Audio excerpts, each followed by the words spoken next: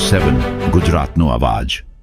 નમસ્કાર દર્શક મિત્રો, i7 ન્યૂઝ ગુજરાતીની સાથે હું છું આપની સાથે પાયલ બામભણિયા। તો જોઈએ આજના મહત્વના સમાચાર। દાહોદ જિલ્લાના સિંગવડ તાલુકામાં સંયુક્ત રાષ્ટ્ર સંઘ દ્વારા ઘોષિત 9મી ઓગસ્ટ એટલે કે વિશ્વ આદિવાસી દિવસની ઉજવણીમાં આદિવાસી પરિવાર દ્વારા મહારેલી આયોજન કરવામાં આવ્યું હતું। આદિવાસી દિવસની ઉજવણી ધામધૂમથી રંગેચંગી ભવ્યાતિ ભવ્ય રીતે રેલી ભમરેજી મંદિરે શરૂ કરી જીએલ સેઠ હાઈસ્કૂલ મેદાનમાં સમાપન કરવામાં આવ્યું હતું।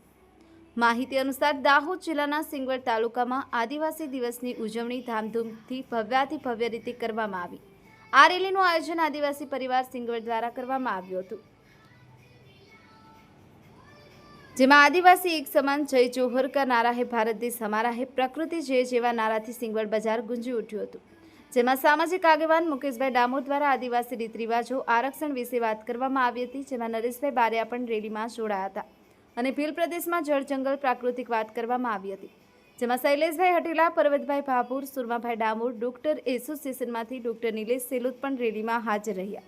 આમ તમામ આદિવાસી ભાઈઓ બહેનો આદિવાસી પરંપરાગત વસ્ત્રો ધારણ કરી તીર, કામઠીઓ, તલવાર, ભીલ પ્રદેશના ધ્વજ સાથે રેલીમાં ઢોલ ડીજેના તાલે ઝૂમી ઉઠ્યા હતા અને જીએલ સેઠ હાઈસ્કૂલ મેદાનમાં ચા નાસ્તો કરી રેલીનું સમાપન કરવામાં આવ્યું હતું।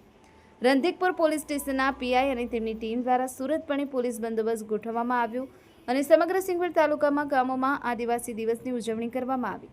જેમાં નાની સંજેલી ચોક પર સેવા, પૂજા, ભજન, સત્સંગ કરી ગુરુ ગોવિંદ મહારાજની પ્રતિમાનું અનાવરણ કરવામાં આવ્યું।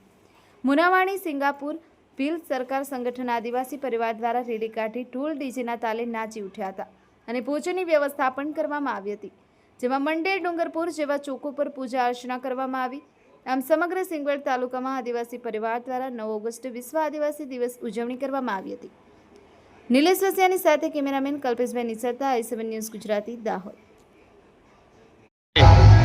આજે દેશમાં અને પૂરા ગુજરાતમાં આદિવાસીઓ માટે રાષ્ટ્ર સંઘ દ્વારા જે યુનો દ્વારા 9 ઓગસ્ટની ઉજવણી માટેનો દિવસ આપ્યો છે। અમારી સંસ્કૃતિ જળવાઈ રહે માટે આજનો દિવસ અમારો આદિવાસી સમાજનો છે અને એમાં સિંગવડ તાલુકો હોય, લીમખેડા તાલુકો હોય, પૂરા દાહોદ જિલ્લામાં આદિવાસી સમાજ દ્વારા જે અમારા ચૈતર વસાવા સાહેબ છે તેમને સપોર્ટ કરવા માટેના બેનરો પણ લોકો લઈને આવી રહ્યા છે।